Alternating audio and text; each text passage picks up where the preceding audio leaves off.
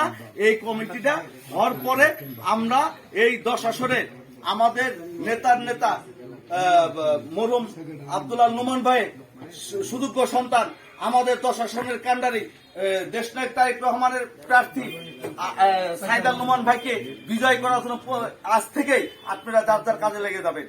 মার্কা আমাদের একটা ধানের শীষ, কে কি আমরা ওটা বলবো না, কোনো ভাই আমরা বুঝি না।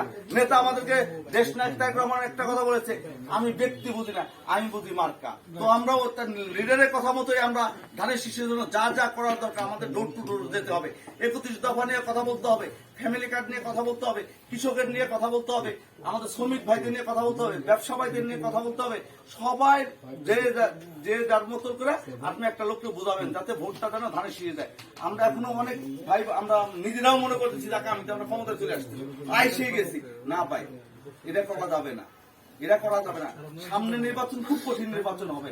আমরা যদি সবাই ঘুমের ঘরে থাকি তাহলে কিন্তু আরেকটা দল কিন্তু আছে, তারা কিন্তু অলরেডি শুরু করে দিচ্ছে। ঠিক আছে, তো আমরা এই দিকে সবসময় মাথায় রাখবো, যার যার জায়গা থেকে আগামীকাল থেকে ধানের শীষের জন্য সবাই মানে